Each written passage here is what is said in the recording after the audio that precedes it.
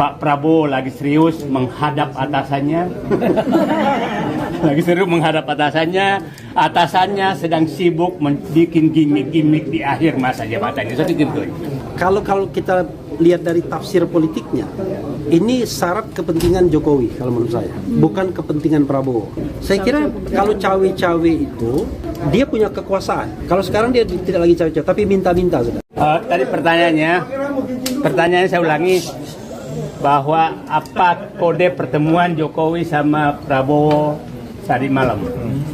Analisis saya adalah mari kita baca saja sebagai gimmick politik. Jadi nggak usah terlalu dianggap terlalu serius, karena mungkin saja Pak Prabowo itu lagi serius, tapi ada sedang bikin gimmick-gimmick. Tiap hari kita dengarkan gimmick. Dia katanya akan pulang ke Solo pakai pesawat komersil.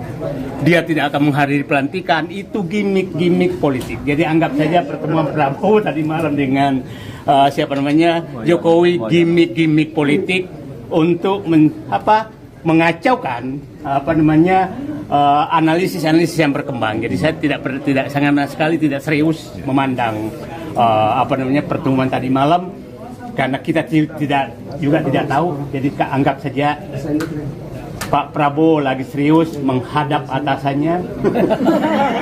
Lagi serius menghadap atasannya. Atasannya sedang sibuk membuat gimmick-gimmick di akhir masa jabatannya. Saya pikir itu. Jadi nggak usah serius-serius. Oke. Yuk. Ya. Masih ada? Mas Refli. Pasien berikutnya. Saya tidak setuju dengan saya jujur. Itu gimmick gitu ya. Itu red house ya. Pak Refli. Apa upaya Pak Refli mencegah Mulyono? Ini kan semalam. Kenapa? Semalam ini kan Pak Prabowo dan Pak Jokowi itu makan malam bersama. Sedangkan sebentar lagi ada agenda pelantikan presiden dan wakil presiden terpilih. Kemudian Prabowo juga akhir-akhir ini diisukan akan bertemu dengan Megawati. Cuma Pak Jokowi malah mendahului pertemuan dengan Pak Prabowo. Ini tanggapannya gimana? Oke. Karena saya harus menghargai tuan rumah, saya jawab dua hal ya. Pertama, jangan lupa tanggal 14 ya. Tanggal 14 Oktober itu masih bertempat di Balai Sudirman ya. Di Balai Sudirman kami mengundang kawan-kawan semua elemen ini, kegiatan terbuka untuk hadir dalam acara silaturahmi kebangsaan, berkumpul, bertemu, kompak, bergerak. Bertemu, kompak dan bergerak. Itu jangan lupa ya, itu satu. Nah, yang kedua, soal pertemuan itu, ini tidak bisa kita katakan sebagai peristiwa biasa. Ini peristiwa politik pastinya, dalam perspektif saya. Ya. Jadi, tahu nggak siapa yang mengundang duluan? Belum ada informasi. Oke, saya juga tidak tahu. Tapi begini, kalau kita lihat dari tafsir politiknya, ini syarat kepentingan Jokowi kalau menurut saya, bukan kepentingan Prabowo.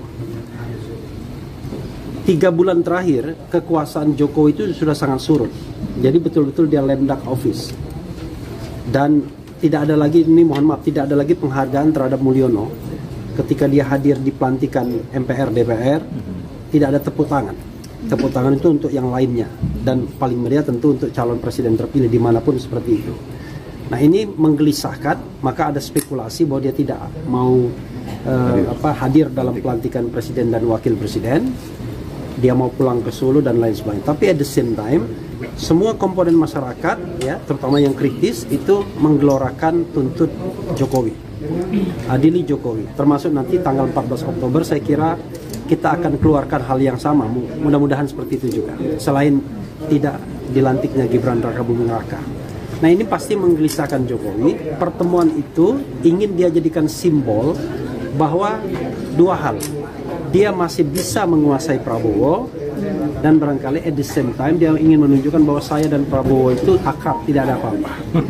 Jadi kalau kalian misalnya menyakiti saya, maka Prabowo yang akan melindungi saya sebagai presiden terpilih. Itu yang saya kira kesan yang ingin ditampilkannya ke publik. Tapi tentu di dalam ruang tertutup itu pasti ada negosiasi yang dibicarakan secara serius, yang tentu tidak untuk konsumsi kita. Untuk konsumsi kita kan cukup dengan bahwa dia bertemu, ada foto dibuat, ada equil di sana, selesai kan begitu. Itu konsumsi publiknya. Tapi pasti ada pembicaraan yang serius.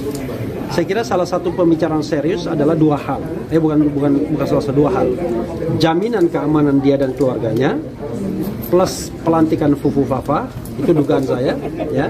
Dan yang kedua adalah titipan dia di kementerian itu mudah-mudahan agar dilaksanakan oleh Prabowo. Berarti ada upaya cawe-cawe ya Pak di sini? Saya kira kalau cawe-cawe itu dia punya kekuasaan. Kalau sekarang dia tidak lagi cawe-cawe, tapi minta-minta sudah. Iya, saya kira bukan cawe-cawe, tapi minta-minta. Beda dong, kalau cawe-cawe itu colek-colek, kamu gini. Tapi kalau minta-minta, I'm begging, saya minta. Gitu. Beda ya. Oke, apalagi cukup. Pak, kan ada isu kalau PD itu ada rencana gabung ke pemerintahan Prabowo. Apakah ini juga salah satu upaya Pak Jokowi untuk tidak memutus? Jadi kalau kita kelompok tanggal 14 Oktober itu kelompok yang tidak galau dengan PDIP mau gabung atau tidak dalam pemerintahan. Kalau PDIP tidak gabung dengan pemerintahan, alhamdulillah. Tapi kalau gabung dengan pemerintahan, artinya tugas kita untuk menjadi oposisi. Dan ruang oposisi itu lebar sekali. Makanya saya katakan, selamat datang Liberté di sana, ya. Kemudian Egalite dan Fraternité. Jadi mudah-mudahan Prabowo Subianto tidak mewarisi watak Jokowi yang memenjarakan orang yang berbeda pendapat atau orang yang kritis. Kalau kritisisme, perbedaan pendapat itu masih diakui sebagai hak konstitusional, kita tidak perlu khawatir ada yang beroposisi atau tidak. Kalau semua kekuasaan atau kekuatan di DPR gabung menjadi satu, maka biarlah rakyat, biarlah komponen yang kritis, komponen tanggal 14 Oktober yang akan beroposisi kepada pemerintah. Dan kita tidak galau untuk itu. Oke. Merdeka!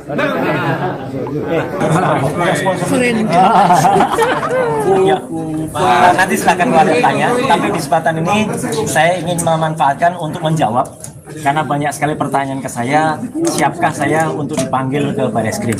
Saya menyatakan alhamdulillah, ya kalau itu benar-benar dilaksanakan, maka sebenarnya ini adalah pintu yang sangat bagus sekali bagi Polri yang memiliki alat yang sebenarnya alat itu dibiayai oleh rakyat untuk mengetahui identitas siapa sebenarnya Fufu Fafa. Sebenarnya meskipun kita tahu, ya saya sudah tahu 2 minggu yang lalu dan alhamdulillah salah satu media Bocor Halus sudah menyampaikannya kemarin bahwa sebenarnya BSSN pun, ya Badan Cyber dan Sandi Negara, sebenarnya sudah menyampaikan bahwa Fufu Fafa adalah orang yang selama ini kita sebut 99,9% adalah wakil presiden terpilih. Tapi tidak apa-apa, ya saya tunggu laporan atau kata tindak lanjut dari pasukan bau tanah. Ya. Saya menyebutnya pasukan bau tanah, ya, gitu. Bukan bawah tanah. Kalau bawah tanah kan di atas tanah. Ini udah bau tanah, ya, kayak yang mau dipendem jeru tadi, ya, gitu. Jadi bau tanah.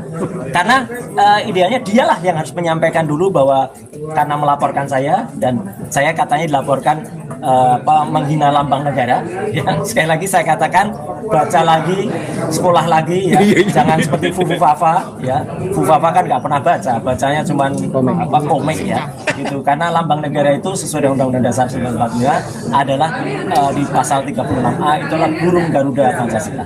Jadi sekali lagi kita tunggu dan semoga justru dengan pemeriksaan dari Bareskrim, ya Bareskrim nanti harus meneliti akun itu dan kemudian diungkap sesuai dengan temuan BSSN. Dan satu lagi, kalau alhamdulillah nanti insya Allah kalau temuan dari Fakultas Psikologi Universitas Indonesia Prof. Hamdilu itu akan keluar, maka itu akan jelas siapa sebenarnya Fufu Fafa, dan itu adalah membantu kita untuk menegaskan bahwa kita tidak ingin dipimpin oleh salah satu pimpinan yang cacat moral, cacat etika, dan terjebak dalam segala hal yang sangat tidak bagus bagi Indonesia.